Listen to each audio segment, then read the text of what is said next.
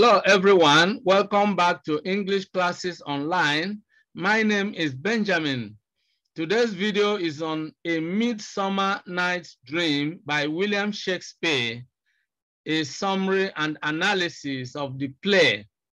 Now, this is in response to the comment of one of our esteemed viewers, by name Abu Kari Musa.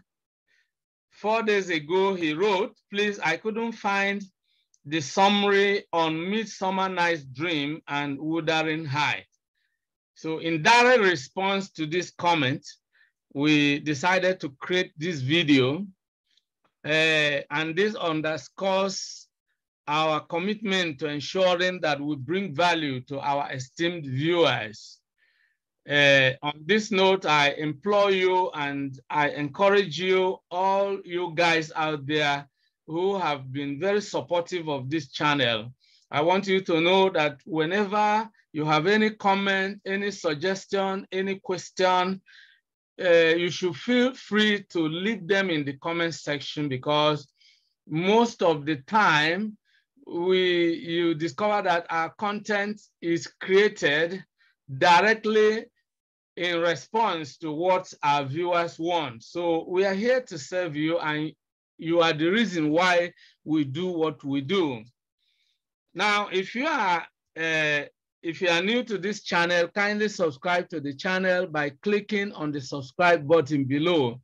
Make sure you click on the bell icon as well, so that whenever a new video is uploaded on the channel, you'll be instantly notified. Now, let's dive into the lesson right away. Now, what is a Midsummer Night's Dream about? Now, of course, it is one of the plays by William Shakespeare. By the way, William Shakespeare was an English playwright, and of course, he is considered one of the greatest playwrights of all times. Now, A Midsummer Night's Dream is one of his early comedies. The play is notable for its great romantic atmosphere and its focus on human moods and feelings. Of course, that's what a comedy is about.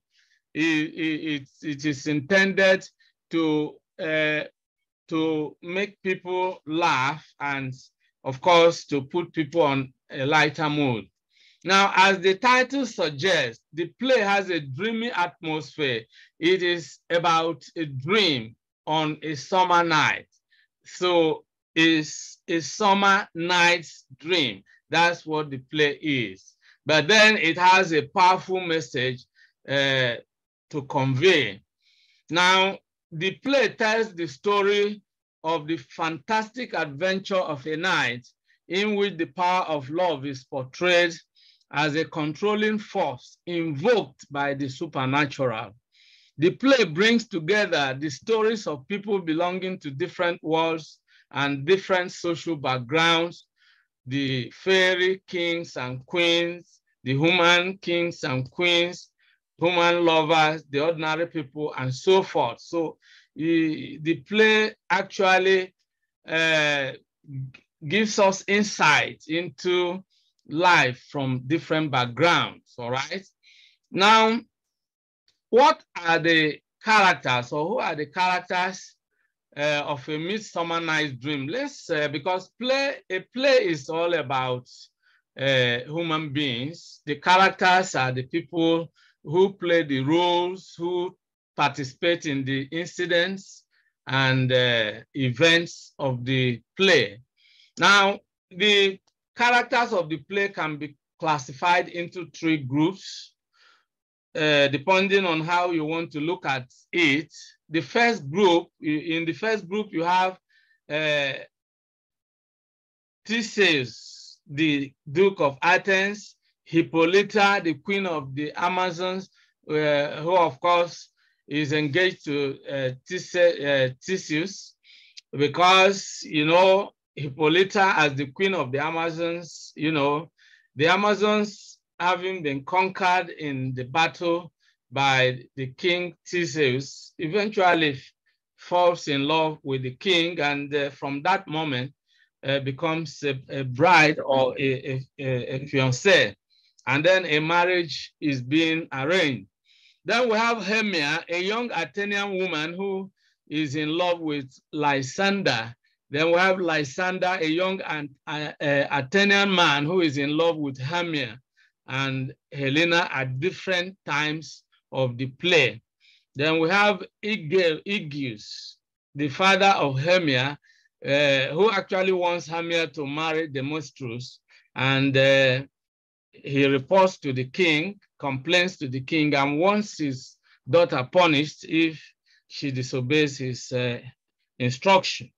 Then we have Helena, who is in love with Demetrius. We have Demetrius, who is in love with Hermia and Helena at different times of the play. So with this, while we look at the characters, you also get more and more insight into what the play is about. You see that the play is predominantly about love.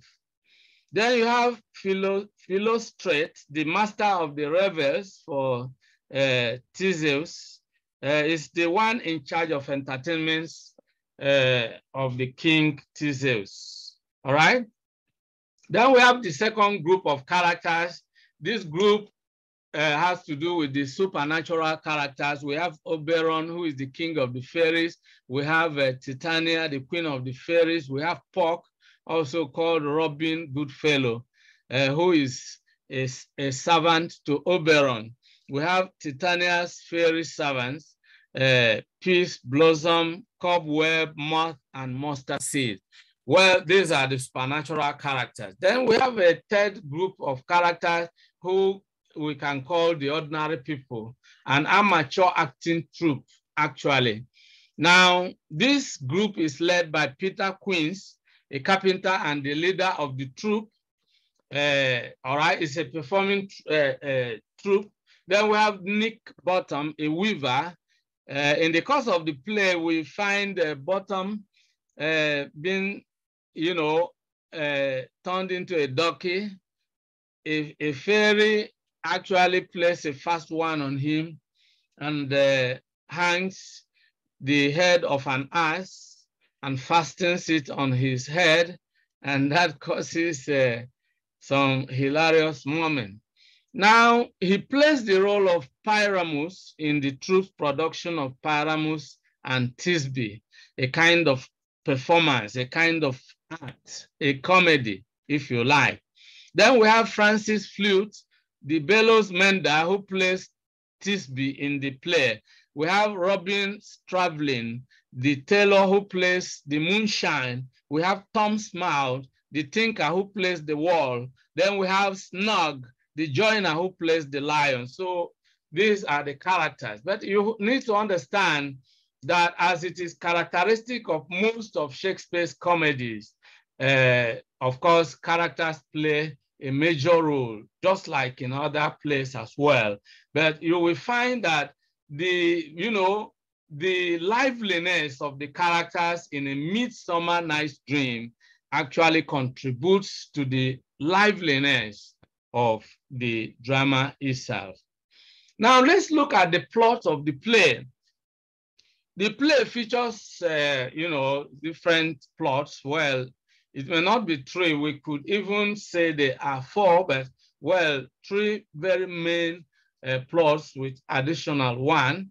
Of course, they are organized into 5 acts. The play has 5 acts, each of the acts being subdivided into 1 or 2 themes. Then when the play opens, we find in the first plot that preparations are being made for the wedding of Duke Theseus and Hippolyta. Of course, Hippolyta is the queen of the Amazons, a nation of female warriors who have been conquered by Theseus. And immediately after their conquest, their queen, Hippolyta, falls in love with the Duke Theseus, and the two now are prepared to get married. So in the opening scene, we see Aegeus, an Athenian citizen, who now visits the Duke and reports brings a complaint against his daughter. The daughter, by the way, is Hermia.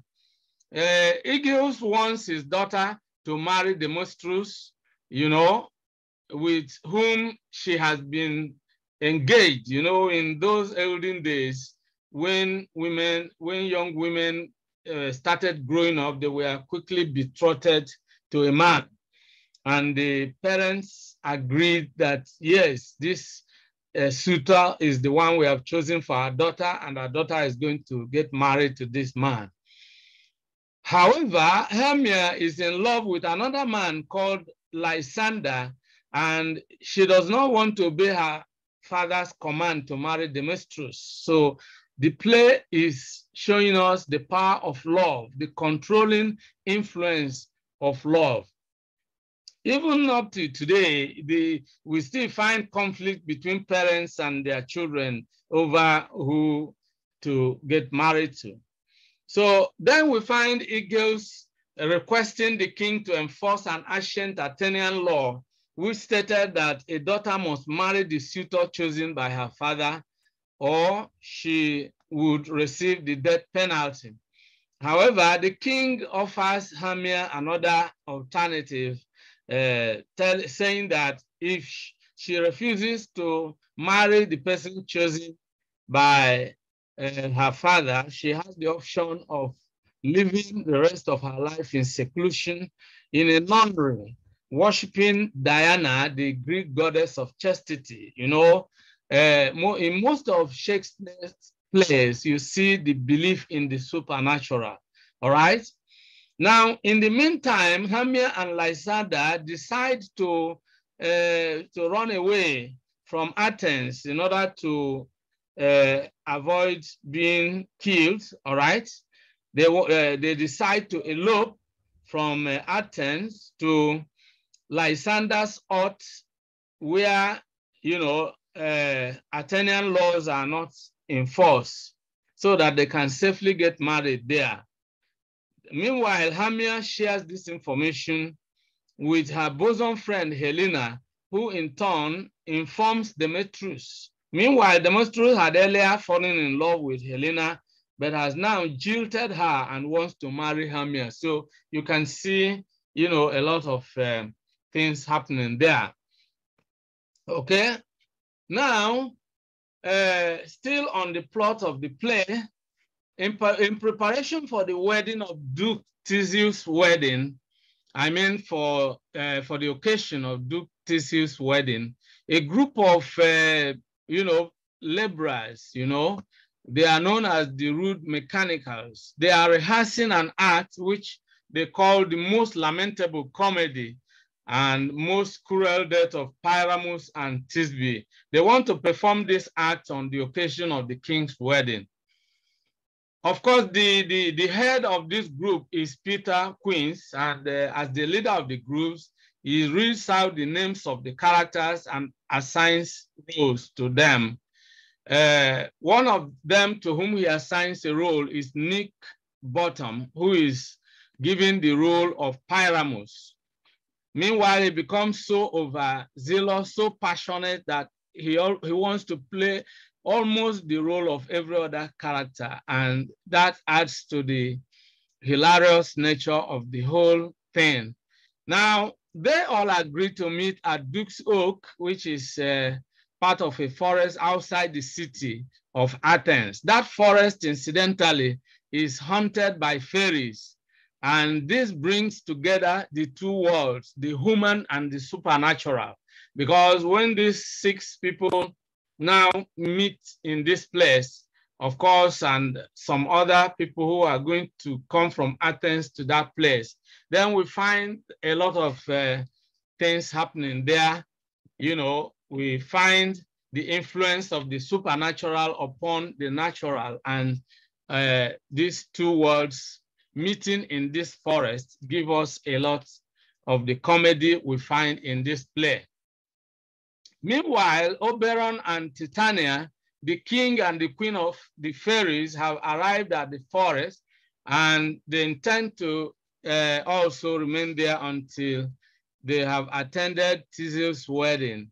Oberon is angry with Titania for refusing to give him the Indian little boy whom he wants to have to serve him.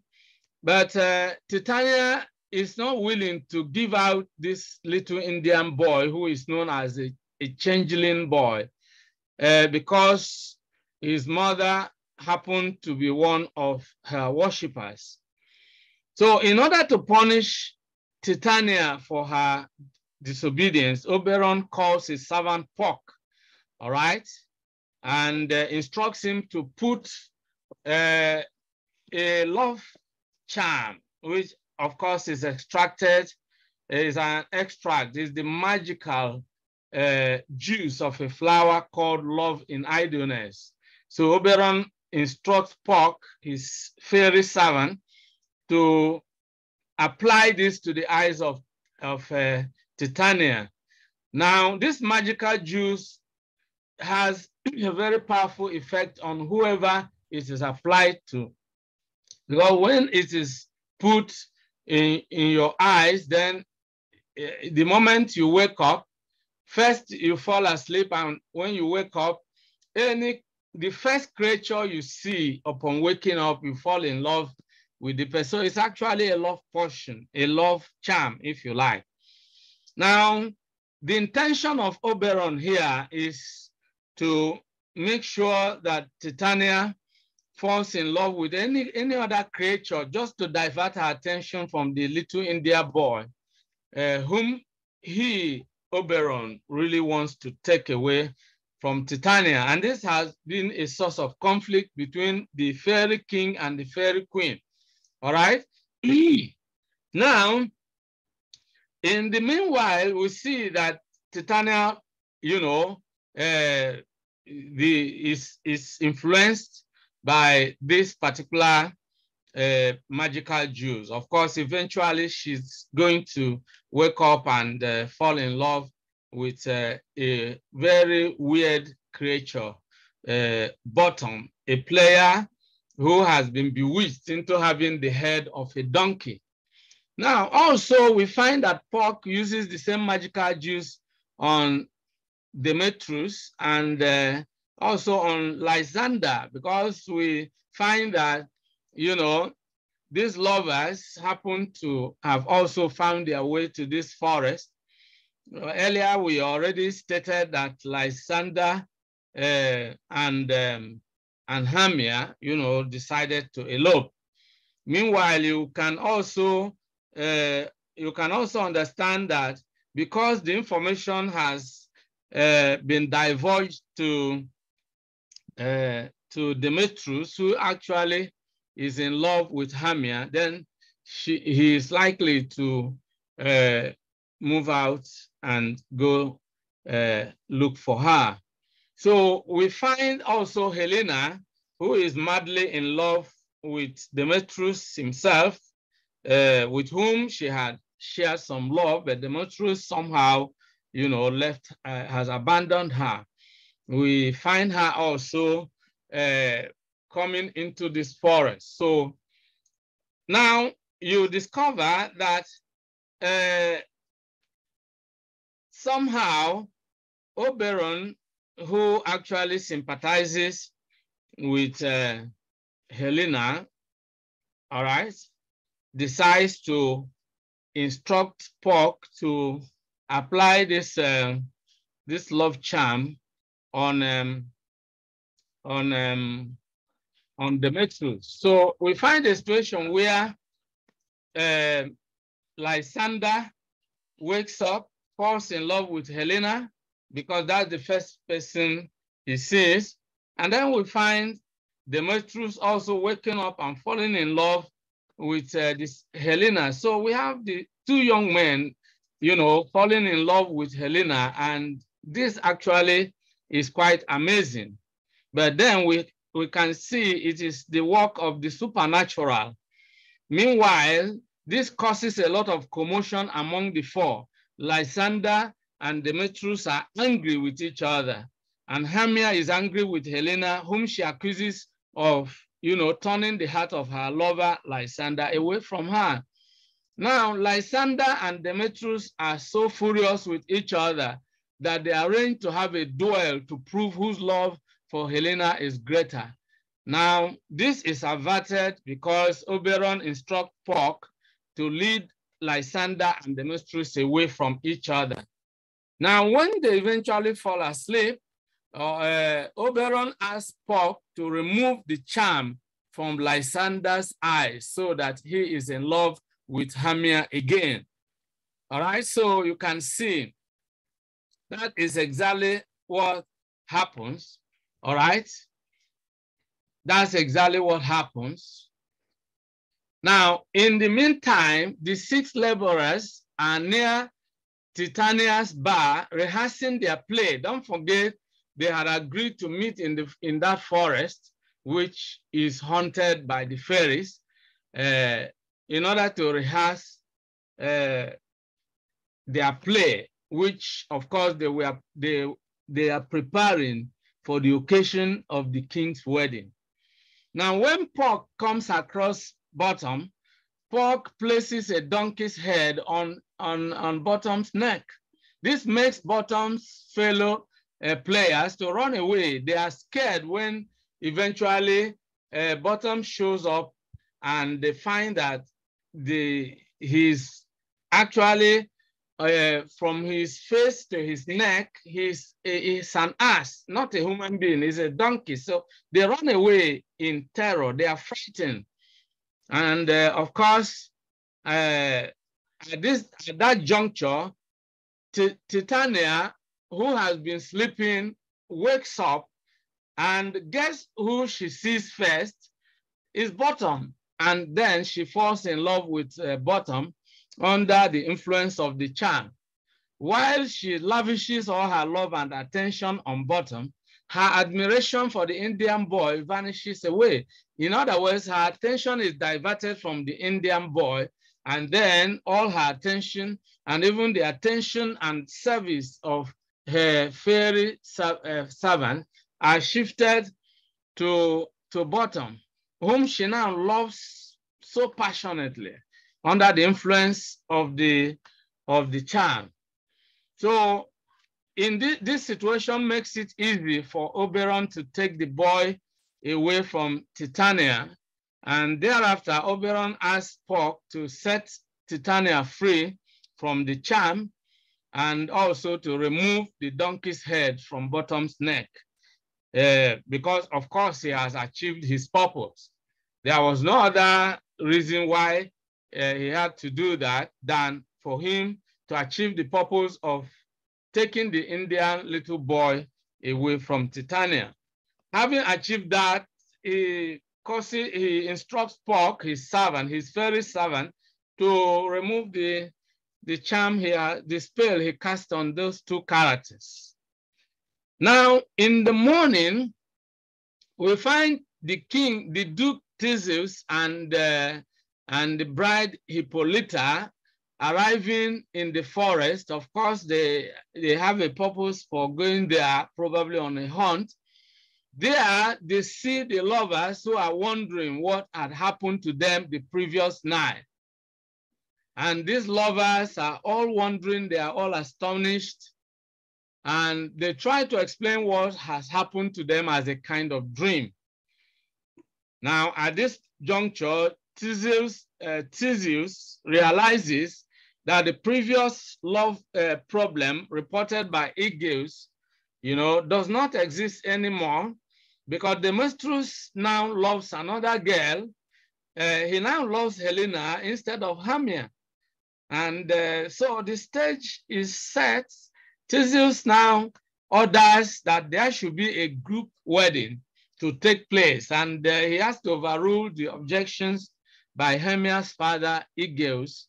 And so he orders that the group wedding should take place. Hermia should get married to Lysander. Meanwhile, the 2 are madly in love. Then we have Helena, who actually has been in great love with Demetrius, and now under the influence of that charm that was not reversed, Demetrius loves Helena. And that actually resolves the conflict that has been going on And so, meanwhile, when Bottom wakes up, he also wonders what must have happened to him. He concludes that it was a dream beyond his understanding. Meanwhile, Bottom and his fellow players perform the act they had been rehearsing, while Theseus and Hippolyta and others watch the performance in Athens. Although the play is a tragedy, the performance is done in such a light mood that, you know, the audience actually laugh exceedingly. Obviously, it is a comedy, even though, you know, it is also a story about the cruel death of some people. Yet the play invokes laughter among the audience. All right. Now, when the newly-wed couples retire to bed, Puck blesses their beds with good fortune, and he tells the audience that it was merely a dream. This is in line with the play's title, A Midsummer Night's Dream. So that summarizes the plot. That's the plot summary, but we can actually look at the main plots of the play, you know, which can be summarized into 4. Number 1, the upcoming wedding of Theseus and Hippolyta. That's one of the plots. The second plot is the confused relationship between the young lovers. We have Hermia, Demetrius, Helena, Lysander. Then the third one is the misadventures of the mechanicals, those rehearsing the act in preparation for the king's wedding. Then we have the conflict between the fairies. Now, these actually are the plots. Now, in the final analysis, what do we take away from this play? Now, A Midsummer Night's Dream is a romantic comedy, all right? It is essentially a romantic comedy. It is a portrayal of the power of love as a ruling force in human life. The play actually conveys a powerful message about love. You know, the powerful effect of love upon human life, the role love plays. In the play, we find Shakespeare portraying or depicting the effect of love, the effect that love has over the human senses, the brain, and the heart. When people fall in love, what do we find them doing? You know, they persist in love in spite of facing various obstacles and in spite of passing through a lot of sufferings. Even today in our society, we find a lot of people even taking their own life because of love. We find a lot of people passing through, taking all kinds of risks, all right, and getting into conflict with their own biological parents because of a stranger they are falling in love with. A lot of things happen because of love, all right? And sometimes we find somebody who is madly in love with another person, and that person actually does not return the love. And sometimes we find tragedies happening. So this is the kind of thing that Shakespeare is portraying in this particular play. In fact, you know, lovers, people who are really in love, they welcome obstacles, they welcome sufferings because of the force, the power of love that has taken control of their senses. In most cases, you discover that when people are in love, the effect of that love, the power of that love suspends their sense of reasoning and then slaves them to their emotions. All right, so they are no longer taking decisions based on their reasons, but they are taking decisions based on their feelings, how they feel for the person they love. Now, this point is highlighted by the workings of the love charm, all right? And this obvious idea is expressed, of course, in the play. The idea, you know, predominantly conveyed here is that love makes people to do strange things, and that is really true, even of happenings in real life. Now, Shakespeare uses the love portion as a symbol, you know, to portray the controlling passion of love, the irrational nature of love, all right? So that is really what the play is about. And we have a lot of other themes, but by way of summary, this is the way I will leave you with the analysis. I hope you have actually gotten value from this video. I hope you enjoyed it. And if you did, make sure you kindly like the video and share the video with your friends and relations. If you have anyone, a friend, a relative, an associate, your own child or ward, anyone who is getting prepared for their English exams and might likely be asked to answer questions on Shakespeare's Midsummer Night's Dream. If you love them, share this video with them. It will help them tremendously in scoring high in their exam. Now, if you are new to the channel and you have not yet subscribed to this channel, this is the appropriate time for you to hit the subscribe button and make sure you click on the bell icon as well in order to activate the notification system so that whenever I upload a new video on this channel, you will be instantly notified to ensure you don't miss any new video I upload here on this channel. I want to say a big thank you to all of you for being part of today's episode. If you have any questions, suggestions, comments, please leave them in the comment section below. Now, I just told you that I created this video in direct response to the comments of one of our highly esteemed viewers. So be assured that whenever you make a comment, we respect it and we respond promptly. So thank you once again. I look forward to seeing you in the next video. Bye-bye for now and remain blessed. Many thanks for watching today's video. A big thank you to all of you out there for being part of today's episode. I hope you enjoyed the video. If you did, kindly subscribe to this channel. Subscribe now as a way of giving us support. For notification about new videos, click on the bell icon. You will find the bell icon. Click on it so that whenever a new video is uploaded, you will be instantly notified. If you have actually enjoyed the video, like and share the video with your friends and relatives. This is very important. If you have any comments, leave your comments below. Any questions, any suggestions, we would gladly receive them and respond promptly and positively to them. See you in the next video. I look forward to always seeing you in the new